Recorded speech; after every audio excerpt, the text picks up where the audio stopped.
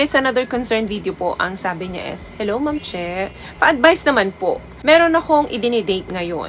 Ilang buwan na din. Pero napapansin ko parang nagiging cold siya lately sa akin. Madalas nag-aaya siyang mag-intimate kami or mag-sex. Pero hindi ko pa maibigay ang sarili ko. Feeling ko, yun yung dahilan bakit cold siya sa akin lately. Dahil hindi niya makuha ang gusto niya sa akin. Okay, alam mo, hindi ka nag-iisa dito. Marami na po akong personal message na nakuha. Same na scenario sa problema mo ngayon. Okay, let's talk about sex and dating.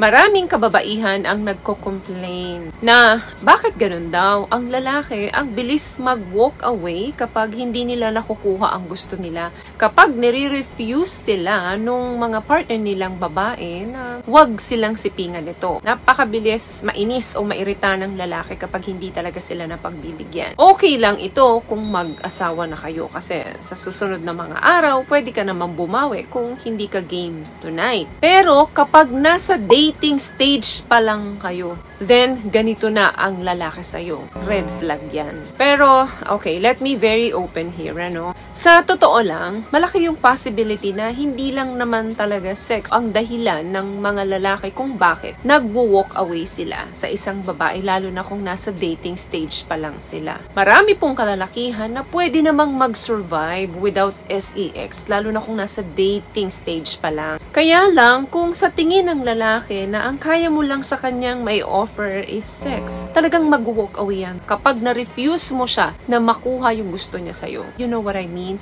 Ibig kong sabihin, kung marami kang mai-offer sa lalaki bukod sa SEX, hindi naman agad mag-walk away yan sa'yo. Though, ang mga kalalakihan naman talaga ay create na ganyan, na talagang meron silang sexual urge palagi. May mga successful na relationship ngayon na bago sila nagkaroon ng relationship, alam nyo ba na nakipagtalik muna sila dito sa mga kapartner nila. Then, nakita nila, meron pala silang chemistry after nito. Ayun, nagtagal yung relasyon, yung iba mga mag-asawa na ngayon. Meron din naman na pagkatapos nilang makipagtalik doon sa kadate nila, bigla na lang nawawala ang lalaki at ginughosting itong babae. That means, nakita ng lalaking ito na walang mai-offer sa kanya ang babaeng ito bukod sa SEX. Nakukuha niyo po ba yung point ko? Kung gusto mo magstay sa'yo, ang lalaki, lalo na kapag gusto mo na siya at mahal mo na siya, kailangan tanggalin mo ang sex sa relationship. Kasi mas dapat na makita niya kung ano pa yung mas marami mong mai-offer sa kanya bukod sa SEX. Maraming kababaihan ngayon na doon nila kinukuha yung lalaking nagugustuhan nila. Yun ay yung pamamagitan ng ibigay nila yung sarili nila dito sa guy. Para ma-please nila yung guy na magstay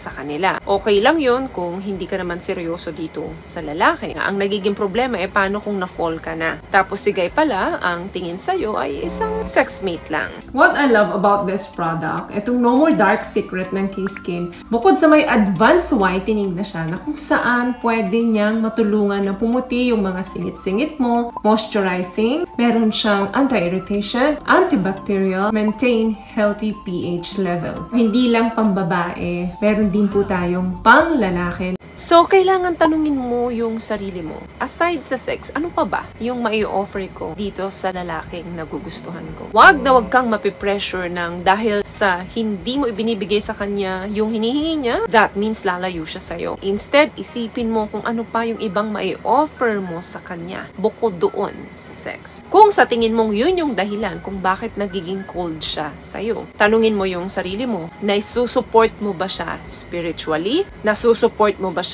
physically or sometimes financially, mentally? Nakakausap mo ba siya kung kumusta yung pang-araw-araw niya, kung ano yung nangyayari sa buhay niya, kung ano yung mga future plans niya, or anything under the moon? Baka naman ang alam lang natin minsan is magpabili doon sa mga jowa natin or doon sa mga kadate natin. Mag-expect tayo ng money, pang shopping, vacation. Kaya dapat bilang babae, alam dapat natin ito. Baka naman kasi puro gastos lang ng mga unnecessary o yung mga bagay na hindi naman kailangan. Ask yourself, what are you even bringing to the table. Hindi ito pagkain, ha? Mahalaga po ang chemistry sa isang relasyon. Maraming relasyon ang tumatagal din. Ang end up is may isip nila wala silang chemistry. So sayang yung mga pinaghirapan nilang effort, sayang yung mga panahon na kinonsume nila doon sa relasyon nila. Then marirealize nila sa huli hindi naman pala sila compatible. Napapag-usapan nyo ba kung ano yung mga plans in the future? So try to be woman, hindi isang ordinaryong babae lamang that a man will always regret losing